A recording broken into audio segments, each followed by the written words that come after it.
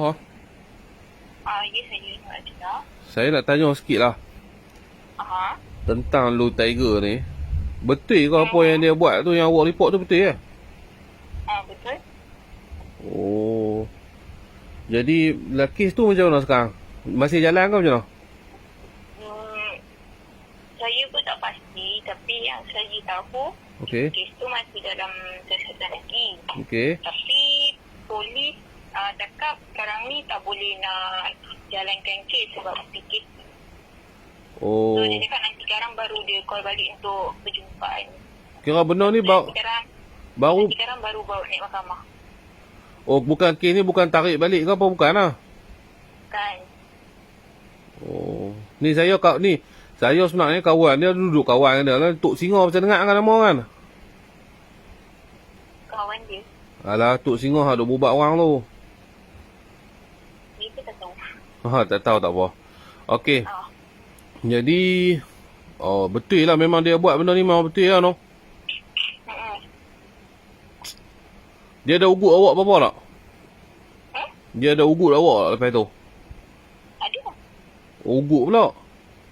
Ugut. Dia cakap jangan bagi tahu siapa-siapa, jangan bagi tahu polis. Kalau tak, family saya ke ataupun mak saya, dia cakap dia akan cari. Allahu Akbar. Okey, tak apa. Tapi dia buat je. Memang awak tak sedap lah. Masa duduk tu memang tak sedap lah. Macam mana nak cakap? Saya nampak, tapi tak boleh bertindak. Oh, dia jadi macam hayal lah. Jadi hayal lah. Tak apalah. Memang awak yakin, memang awak berani lah. Kalau kata bersumpah dengan Quran pun memang betul lah apa yang jadi kat awak ni. Betul, saya akan Cuba. demi Allah. Demi Allah. Demi Allah.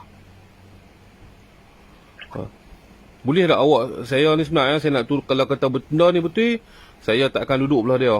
Nah, benda ni bukan benda main-main, kan. Jadi boleh tak awak ikut saya satu sumpah? No, kalau betul, saya akan viralkan benda ni, kan. Tapi saya tutup lah nombor apa semua, saya akan tutup. Dan bagi polis akan ambil. Saya akan, benda ni saya akan, orang kata apa? Saya akan bawa lagi benda ni untuk lawan kes awak lah.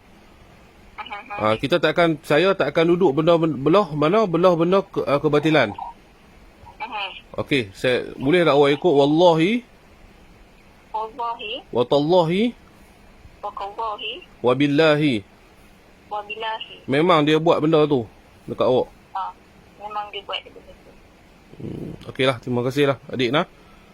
Sama. Insya-Allah. Assalamualaikum.